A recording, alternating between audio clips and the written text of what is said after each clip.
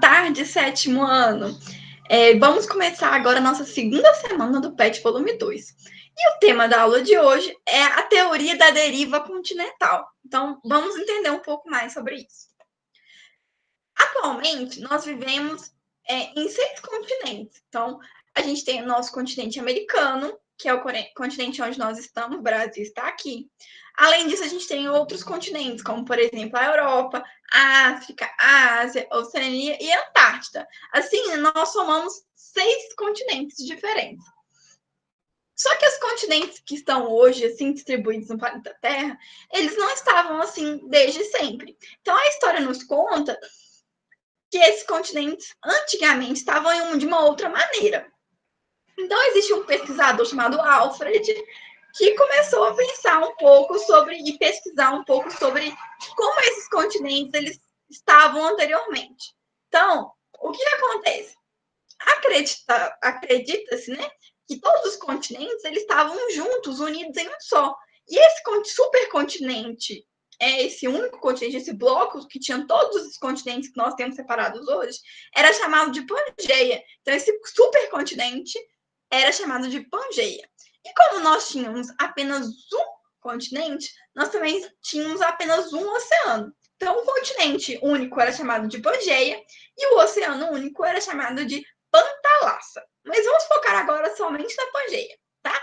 Então, gente, vocês podem perceber aqui que todos os continentes estavam unidos. E como acontece? O que aconteceu para que os continentes estarem separados, igual está hoje nessa imagem que eu mostrei para vocês anteriormente? Gente, como eu falei na aula passada, as placas elas se movimentam, porque o magma, o manto que está aqui embaixo, ele é quente e está em contínuo movimento, está sempre se movimentando. Isso fez com que o continente, que era o único chamado de Pangeia, ele fosse se separando ao longo dos milhares de anos, e aí a gente tem a formação que é hoje. Então, vamos acompanhar essa animação aqui do lado, para vocês verem. O continente que está aqui chamado de Pangeia, e aí ele vai se separando aos poucos, bem aos poucos, não separa tudo ao mesmo tempo, e aí a gente tem a formação dos continentes que a gente tem hoje, né? Dos 6 continentes que temos.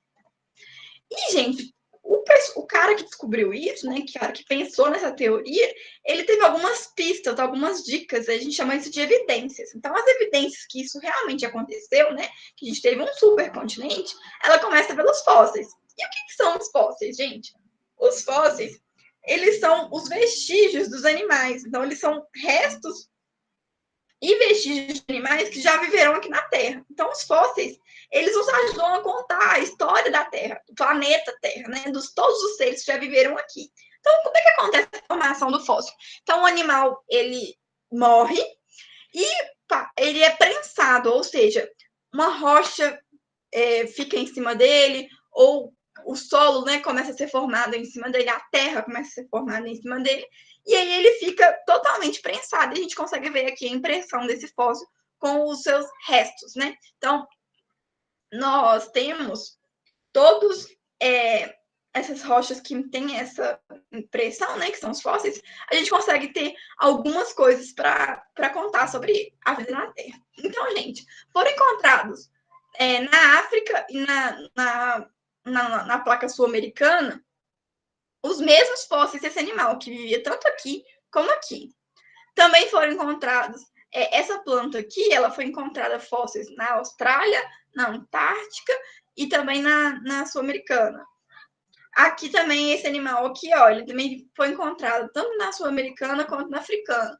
E assim por diante. E o que acontece? Como eles vivem atualmente os continentes eles são totalmente separados, como a gente viu nessa imagem aqui do início, como eles chegariam até lá, sendo que a maioria dos animais nem nadam, né? A planta, como é que a planta vai chegar lá do outro lado, né? Então, gente, isso aconteceu que esses animais são antigos, viveram há milhares de anos, e isso a gente só existe, tem como acontecer se os continentes estivessem juntos, né? Então, isso é uma evidência, uma dica que nos mostra de como pode ter ocorrido aí a formação dos nossos continentes atuais. Outra dica, né, é que os continentes, né, eles parecem se encaixar assim como um quebra-cabeça. Então, perceba que na imagem que nós temos os continentes atuais, a gente tem aqui a placa sul-americana muito parecida com o encaixe da placa africana. Então, se a gente for juntar, como na primeira imagem aqui, a gente consegue fazer um encaixe perfeito. E isso faz com que a gente possa acreditar que as placas eram unidas, né? E aí elas foram separando ao longo do tempo. Isso também acontece com outras placas, né? Então a gente conseguiria fazer essa união. E aí tudo fica como se fosse um grande quebra-cabeça, né? A gente consegue juntar esses 6 continentes que hoje estão separados. Além disso, pessoal, acredita-se que como essa movimentação de placas ela é constante, né? Como a gente teve um supercontinente, por exemplo, a Pangeia, que eu falei no início, e ela está aqui unida. E ao longo do tempo, esses continentes foram se separando. Pode ser, a gente teoriza, a gente acredita que ao longo de muitos milhares de anos, né, a gente consiga juntar ainda essas placas e formar um outro supercontinente, tá? E agora nós precisamos fazer as atividades da semana 2 do PET, que é apenas a página 36. E eu vou corrigir com vocês, tá bom? Então, vamos lá. Na atividade 1, fala como a teoria da deriva continental, que eu acabei de explicar, explica a correspondência entre o formato da América do Sul e da costa africana. Então, coloquei uma sugestão de respostas para vocês aqui. A teoria da deriva continental, essas semelhanças entre o formato da costa da América, que é onde vivemos aqui na América do Sul, e da costa africana, que é essa daqui, se deve ao fato que um dia os continentes estiveram juntos em um supercontinente, em um megacontinente chamado de Pangeia. E ao longo do tempo, o movimento do manto terrestre embaixo da crosta, que é onde vivemos, fez com que esses continentes se separassem, tá? 2. Já em 1620, o inglês Francis Bacon registrava a similaridade entre o contorno litorâneo da África Ocidental e o leste da América do Sul. Apenas em 1912, Alfred, esse é o Alfred que eu falei com vocês, formulou a hipótese da deriva continental. Ele postulou a unidade ancestral das massas continentais, a Pangeia, que depois teriam sido fragmentados e afastados uma das outras. Ele teve uma intuição genial, pois não dispunham de meios científicos, né, para validação da sua hipótese. Essa circunstância transformou por muito tempo no incompreendido.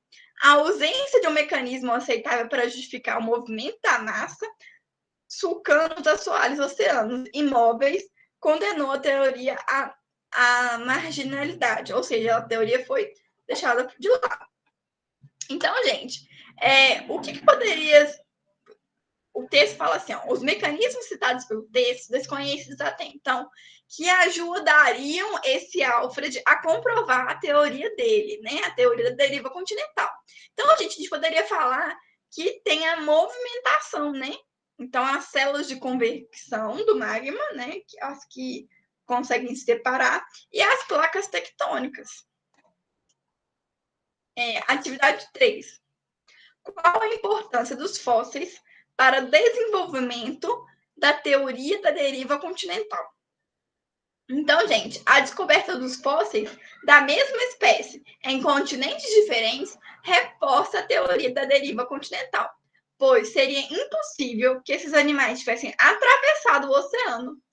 A única explicação para o fato de ter passado é que os dois continentes estavam juntos, né, no passado.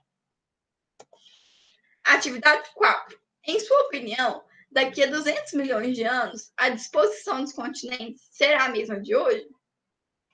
Gente, nós podemos afirmar que não, né? Porque estamos em constante movimento. Daqui a 200, o planeta Terra será bem diferente do que conhecemos atualmente, visto que as placas tectônicas continuarão se movimentando, como havíamos comentado. Acredita-se que o próximo supercontinente se formará há 200 e 250 milhões de anos, né? Não estamos atualmente nem na metade dessa fase, né, do supercontinente. porque a Pangeia levou à formação do Oceano Atlântico, que ainda está se ampliando hoje, né? Está abrindo, né? Consequentemente, o Oceano Pacífico está se fechando e ficando mais estreito. Alguma dúvida? Se tiver dúvida sobre a matéria ou qualquer outra coisa, é só deixar no WhatsApp. Às 2 horas, quinta-feira, que estarei lá no nosso plantão. E até a próxima. Um beijo.